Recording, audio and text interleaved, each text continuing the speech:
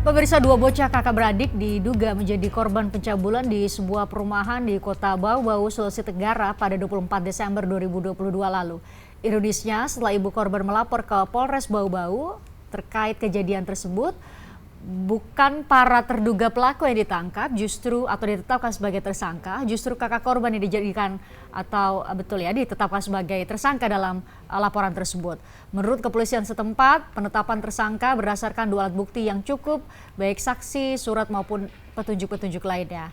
Namun kuasa hukum kedua korban mengatakan penetapan tersangka ini dianggap janggal karena saat kejadian kakak korban sedang membantu ibunya berjualan sayuran di pasar.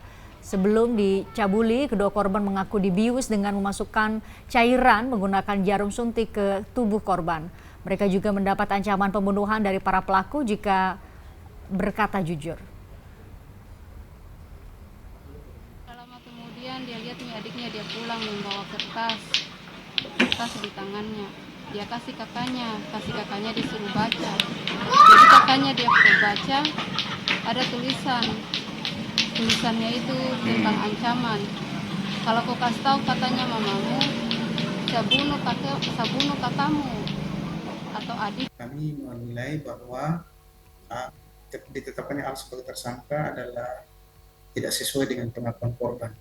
Karena pengakuan korban konsisten dari awal pelaporan tanggal 30 Desember sampai detik ini, pengakuan korban menunjuk pada beberapa pekerja yang ada di salah satu perumahan Kota Bau-Bau, bukan pada kakaknya yang saat kejadian pada tanggal 24 Desember kakak korban sedang berjualan di pasar dengan ibunya. Saya sapa Kapolres Bau-Bau di Sulawesi Tenggara, bergabung secara virtual AKBP Bungin Masokan Misalayuk. Selamat malam, kita beda sejam ya Pak AKBP Bungin. Selamat malam Mbak. Ya, selamat malam.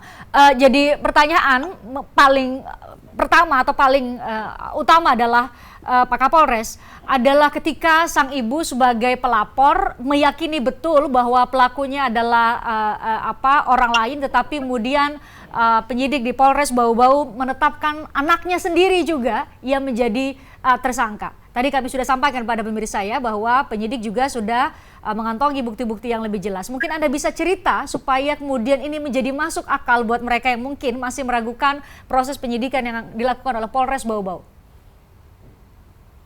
Baik, terima kasih atas waktu yang diberikan Mbak.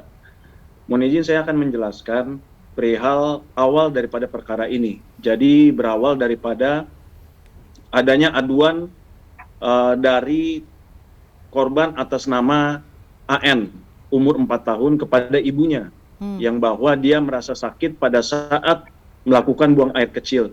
Sakit berada di kemaluan.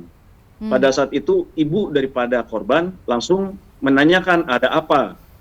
Kemudian dari korban menjawab bahwasannya dia tidak tahu. Nah kemudian dari situ ibu korban mencoba untuk melakukan pengecekan secara mandiri. Sehingga pada saat itu ibu korban berasumsi bahwa terjadi kejanggalan di alat kelamin daripada putrinya. Kemudian karena ibu korban ini berpikir bahwa dia memiliki anak gadis satu lagi, yaitu atas nama AT umur 9 tahun, maka dua orang yang pada saat itu masih dugaan daripada ibu korban dibawa langsung ke Polres untuk meminta untuk segera dilakukan pengecekan visum et repertum kepada dua putrinya tersebut. Kemudian kami langsung memfasilitasi hal itu sehingga terjadilah pengecekan itu, dan hasilnya memang benar terdapat ada luka robekan di alat kelamin dua anak perempuan dari ibu korban tersebut.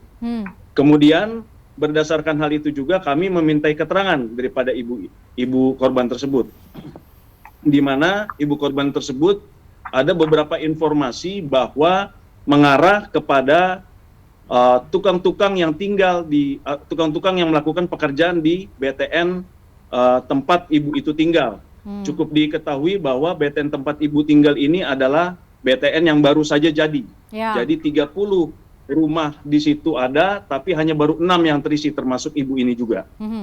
Kemudian kami langsung melakukan investigasi, penyelidikan, dan penyidikan secara mendalam kepada para pihak yang diarahkan oleh ibu daripada korban tersebut.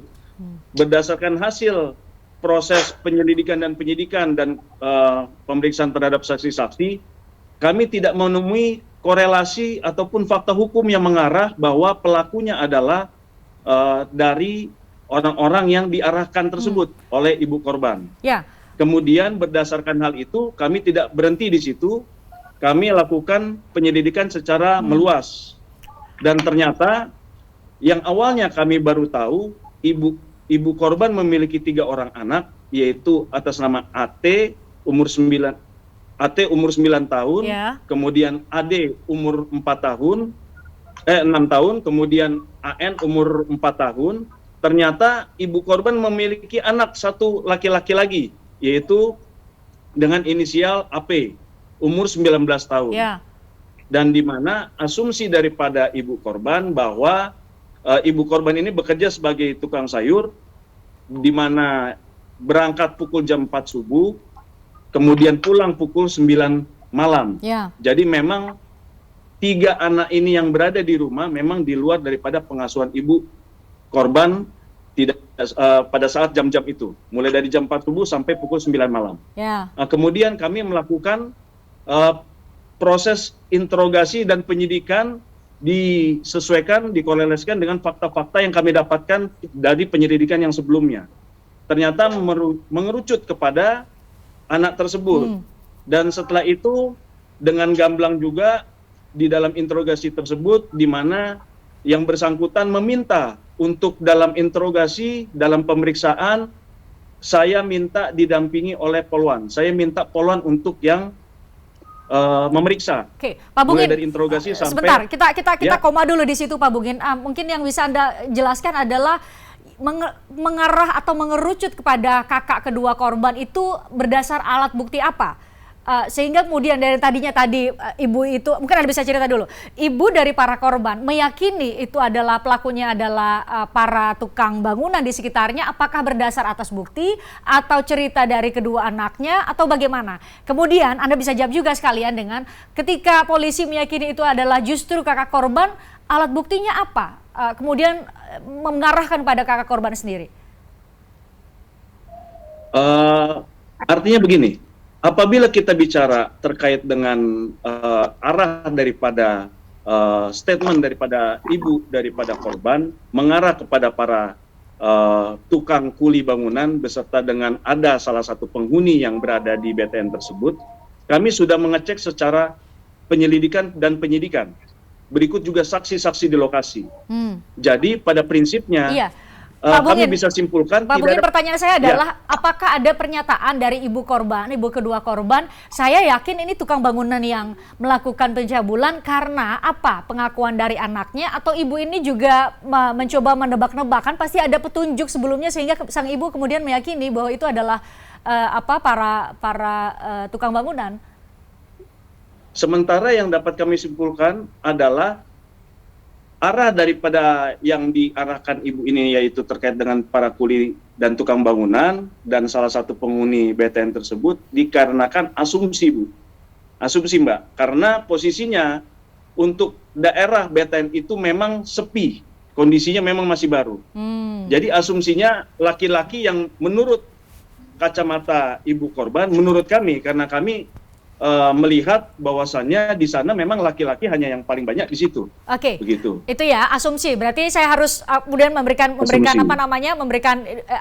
mencoba untuk menegaskan kembali ke pemirsa bahwa polisi kemudian sudah melakukan proses penyelidikan sehingga tidak berdasar atas atau ibu ini melaporkan bahwa ia menduga atau meyakini ada tukang bangunan yang melakukan pencabulan terhadap putirinya itu tidak disertai dengan bukti ya Pak ya. Ini hanya pernyataan. Betul sekali, Mbak. Sepertinya nih yang jadi pelaku ini tukang bangunan, begitu ya? Oke, kita move ke berikutnya. Oke, kita berikutnya kepada yang mengarah, ini poin paling penting. Kenapa polisi kemudian atau penyidik kemudian meyakini ini justru adalah kakak korban? Satu, apakah setelah mendapat atau menginterogasi atau mintai keterangan para anak yang menjadi korban, atau ada alat bukti lain, Pak Kapolres?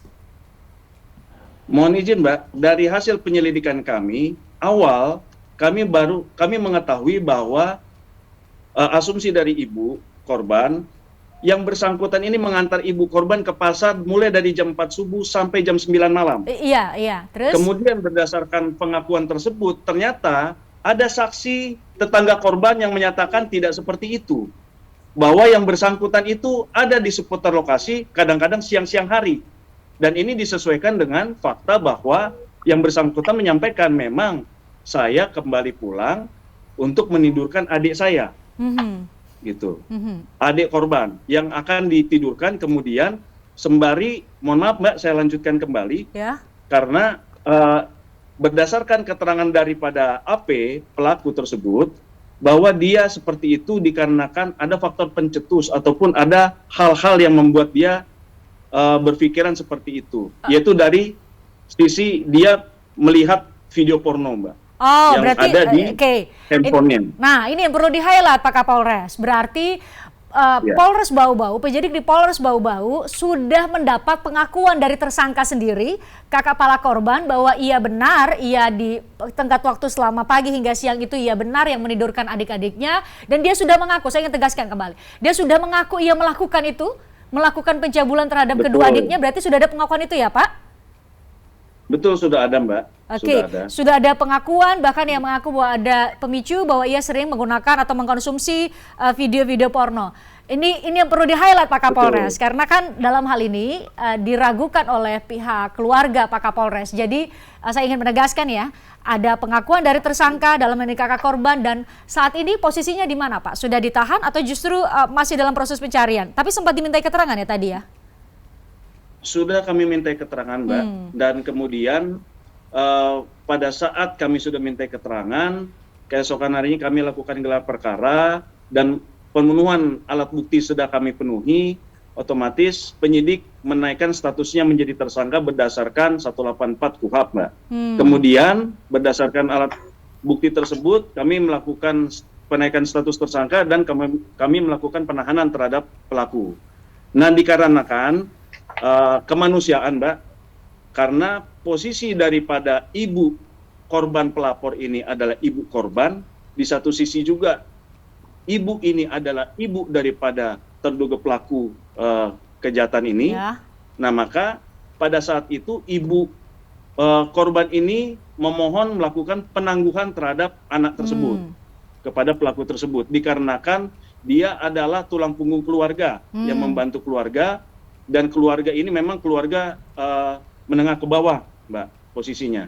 Jadi kami mengabulkan permintaan ibu tersebut untuk dilakukan penangguhan terhadap pelaku. Ya, Pak Bungin. Ya, Pak Bungin, dari pihak keluarga, setidaknya dari yang kami ini, saya baru mau ajak ngobrol perwakilan dari keluarga setelah berbincang dengan Anda ini, setelah ngobrol dengan Anda. Tapi ada informasi bahwa justru pihak keluarga, atau bukan pihak keluarga, tersangka dalam hal ini mendapat intimidasi sehingga ia terpaksa dalam tanda petik mengakui bahwa ia adalah pelakunya. Benar demikian?